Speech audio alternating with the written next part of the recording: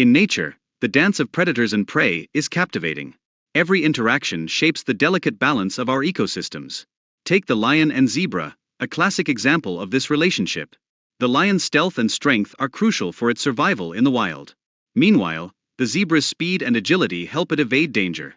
This predator-prey dynamic keeps populations in check and thriving.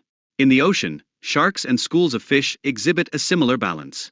Sharks rely on their speed and sharp senses to hunt effectively. Fish, on the other hand, use their numbers to confuse and escape.